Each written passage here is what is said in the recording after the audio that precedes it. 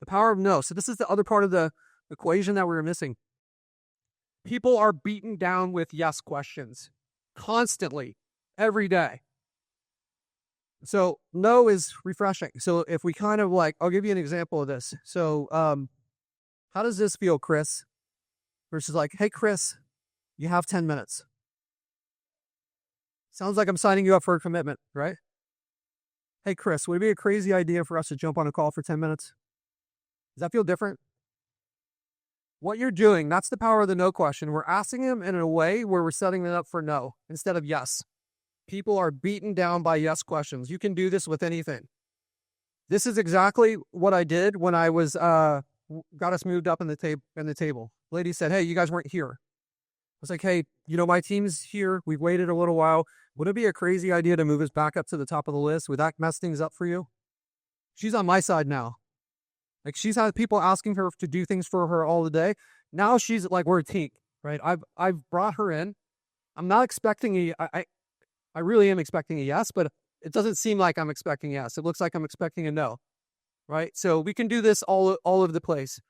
Chris Voss told us this awesome story about how he gets upgraded in hotels all the time. There's another tactic I didn't have enough time on here, but it's basically kind of anchoring something to somebody really high. When I asked him how much his coaching was, or I asked one of his workers how much their private coaching was, and she said, hey, we're the highest.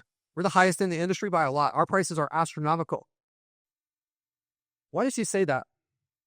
Does she want to scare me away? What do you guys think the psychology is behind that?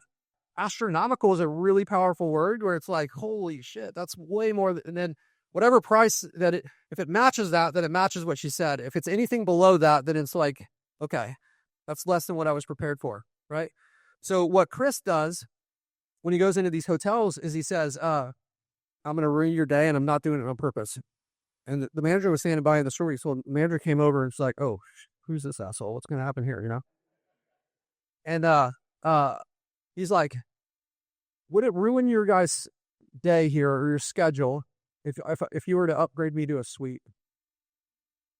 And way less. And the manager is now working to do this, and they upgraded him to a suite.